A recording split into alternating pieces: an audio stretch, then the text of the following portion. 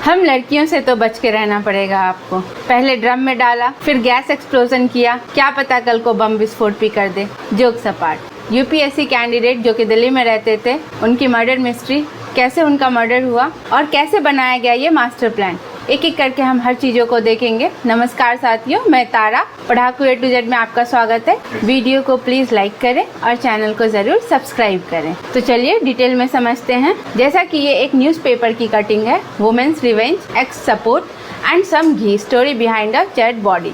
ये बात है मई 2025 की।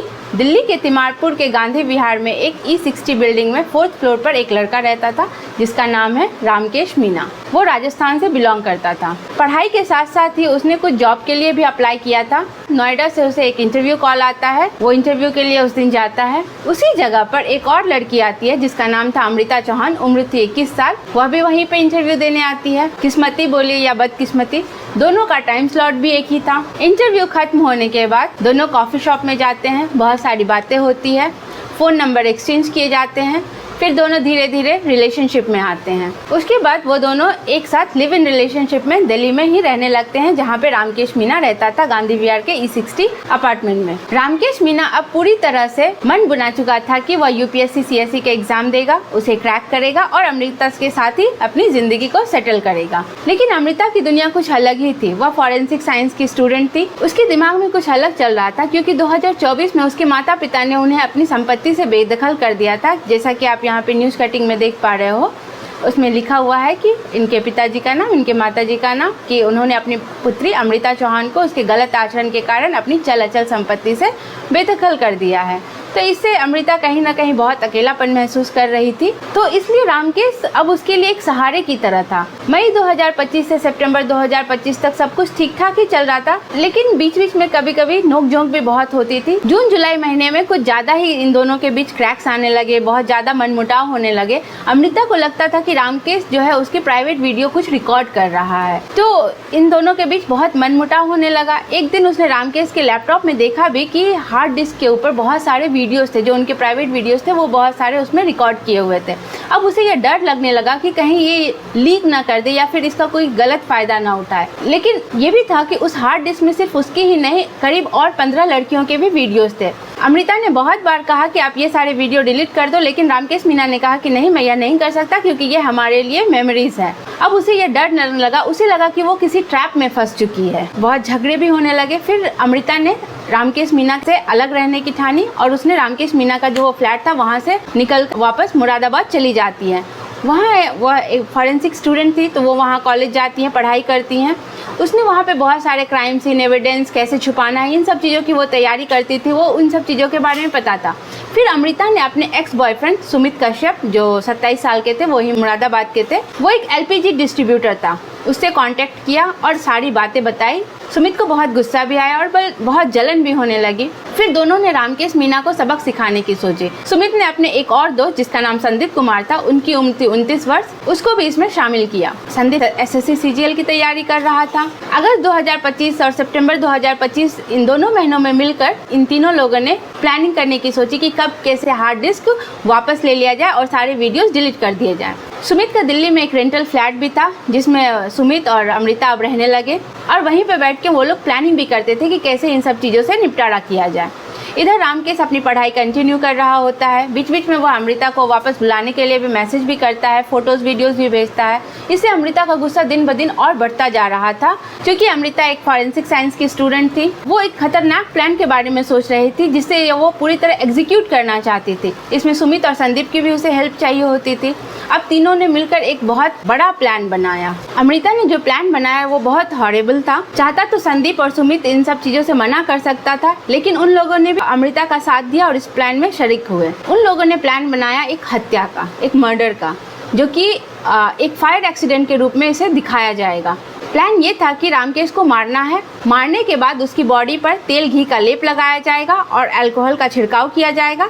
उसके बाद रेगुलेटर को ऑन छोड़कर आग लगा दिया जाएगा, जिससे ब्लास्ट में पता भी नहीं चलेगा कि ये एक मर्डर था या एक्सीडेंट। और इसी बीच में कोई एक लैपटॉप, हार्ड डिस्क, ये सभी ले लेंगे, जिससे कानों कान किसी को खबर भी नहीं लगेगी।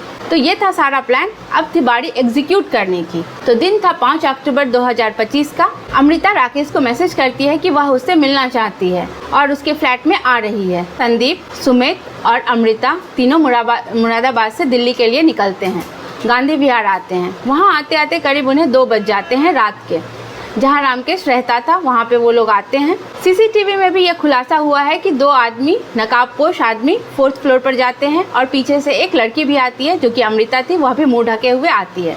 दरवाजे को नॉक किया जाता है। रामकेश डोर ओपन करता है और जैसे ही वह डोर ओपन करता है उसके ऊपर हमला किया जाता है, फिर गला दबाकर उसकी हत्या कर दी जाती है। इतना तक तो सही था। अब यहाँ से जो सीन शुरू होता है वह था मेन प्लान, जिसको एग्जीक्यूट करना बहुत मुश्किल भी था। रामकेश के शरीर पर तेल घी का लेप लगाया जाता है और फिर अल्कोहल का छिड़काव किया जाता है, जैसा कि प्लान में शामिल था। सुमित ने किचन से सिलेंडर लाकर उसका जो वाल्व था उसको खोल दिया और पाइप को रामकेश के फेस के पास रख दिया। गैस लीक होना शुरू होता है और इन्हीं के बीच इन लोगों को जल्दी यहाँ से निकलना भी होता है। इसी बीच संदीप ने 2 लैपटॉप, 2 मोबाइल, हार्ड डिस्क और रामकेश ने जो शर्ट पहनी थी वह भी लिया और रामकेश का ही एक सूटकेस था, उसमें सारी चीजें डाल के वो लोग बाहर निकलते हैं। उन लोगों ने गेट का नेट पहले से ही काट के रखा था, जिससे बाहर निकलने के बाद आसानी से बंद किया जा सके। ऐसा लगे कि डोर अंदर से बंद था और विक्टिम अंदर ही फंस गया और बाहर नहीं निकल पाया और ब्लास्ट में वो मारा गया। 2:57 जो कि सुबह हो चुका था, ये लोग एक एक करके बाहर आते हैं और कुछ देर बाद ही गैस ब्लास्ट होता है। 6 अक्टूबर का दिन हो चुका था। आसपास के लोग ब्लास्ट सुनने के बाद बाहर आते हैं, पुलिस को इन्फॉर्म करते हैं। फायर ब्रिगेड की टीम आती है आग बुझाने के लिए। पुलिस भी अपनी जांच शुरू करती है। रामकेश की बॉडी पूरी तरह जल चुकी थी, जिसे पहचानना बहुत मुश्किल हो रहा था। तुरंत ही बॉडी को हिंदुरा हॉस्पिटल भेजा जाता है। सबको यही लगता है कि एक ब्लास्ट था जिसमें रामकेश मारा जा चुका है, लेकिन फिर भी क्राइम इन्वेस्टिगेशन चालू थी। रामकेश के माता पिता को इन्फॉर्म किया जाता है। उन्हें भी यह लगता है कि यह कोई प्लानिंग थी। रामकेश के कुछ दोस्तों से भी सुझाव लिया जाता है, जिसमें एक जिक्र आता है कि अमृता उनके साथ पहले रहती थी। जब पुलिस जांच कर रही होती है तब उस जांच में उन्हें एक चीज मिलती है, जो कि थी तेल और शराब का छिड़काव।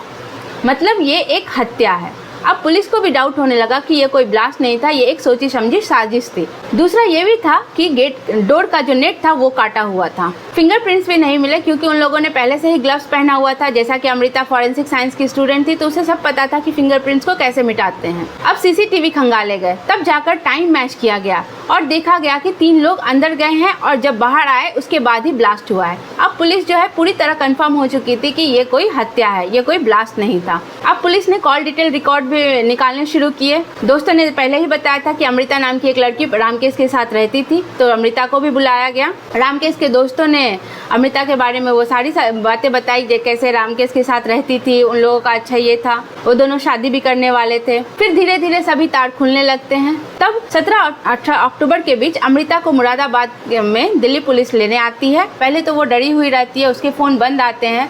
फिर जब दिल्ली पुलिस उन्हें लाने जाती है तब जाके वो धीरे धीरे हर चीजों को कन्फेस करने लगती है कि हाँ ऐसा ऐसा मैंने किया था। पुलिस भी ये सभी घटनाएं सुन के चौंक जाती है कि ये 21-22 साल की लड़की इतना मास्टरमाइंड प्लान कैसे कर सकती है। शुरू में तो उसने अपने दोस्तों के बारे में कुछ भी नहीं बताया, लेकिन जैसे जैसे उसका कन्फेशन होने लगा धीरे धीरे उसने अपने दोनों दोस्तों के बारे में भी बताया। तो 21 अक्टूबर को सुमित कश्यप को और 23 अक्टूबर को संदीप को मुरादाबाद से गिरफ्तार कर लिया गया। तीनों ने अपना जो जुर्म था वो कबूल भी किया कि हाँ हम लोगों ने ये मास्टर प्लान किया था, इसके बाद हमने ऐसे ऐसे एग्जीक्यूट भी किया। अब इन तीनों के ऊपर मर्डर, फायर एक्सप्लोजन, कॉन्स्पिरेसी, इन सबों का आरोप लगा हुआ है।